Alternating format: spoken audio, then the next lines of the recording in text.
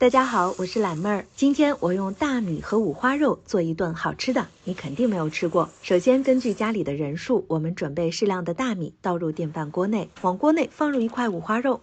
这时候你是不是很好奇，我到底要做什么呢？继续往下看吧。拿出五花肉，倒入清水，用手抓一抓，把大米洗干净。再倒入清水，将大米浸泡1个小时，这样大米做出来更好吃哦。取出去了皮的五花肉，切成小块，这里的厚度是随便的。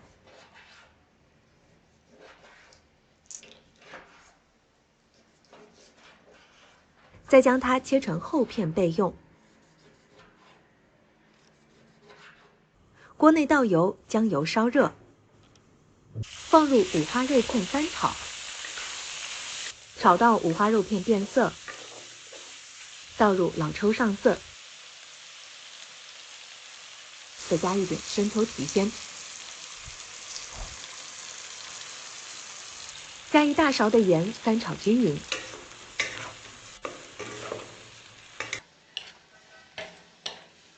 倒入一些浸泡大米的水，水的量与猪肉齐平就可以了。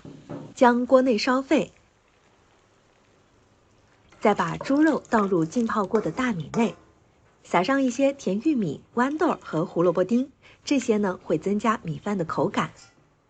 开始煮饭喽。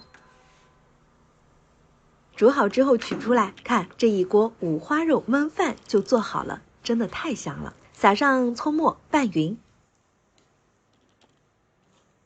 记得要关注懒人厨房哦，带给你不一样的美味。